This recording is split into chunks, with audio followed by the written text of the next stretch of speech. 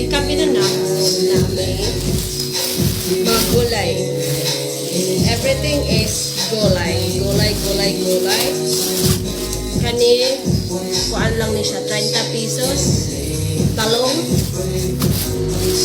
Kani siya, 20. Basta, ang akong nahulot ron is 700 only. Pero, naano siya mga, daghan na siya gulay. Alugbati, patula, pipino, 40 ang kilo sa pipino, o kanipod 40. Another,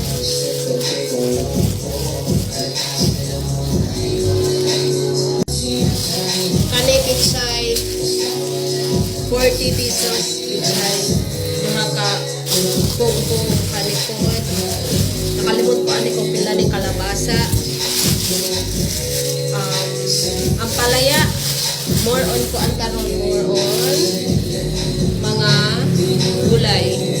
Kani, the other is kamatis, 70 ang kilo sa kamatis. Sa tabo na lang ni kalita. Kalamansi, murag 60 ata ang kilo sa kalamansi. Karo, kuan, kaning, sa kanin, luya, bombay. Ang kilo sa bombay ron is 90. Nagtaas siya 10 pesos. Dati, ano lang, 80 pesos ang kilo. Sa patatas. Kanila po, diba na,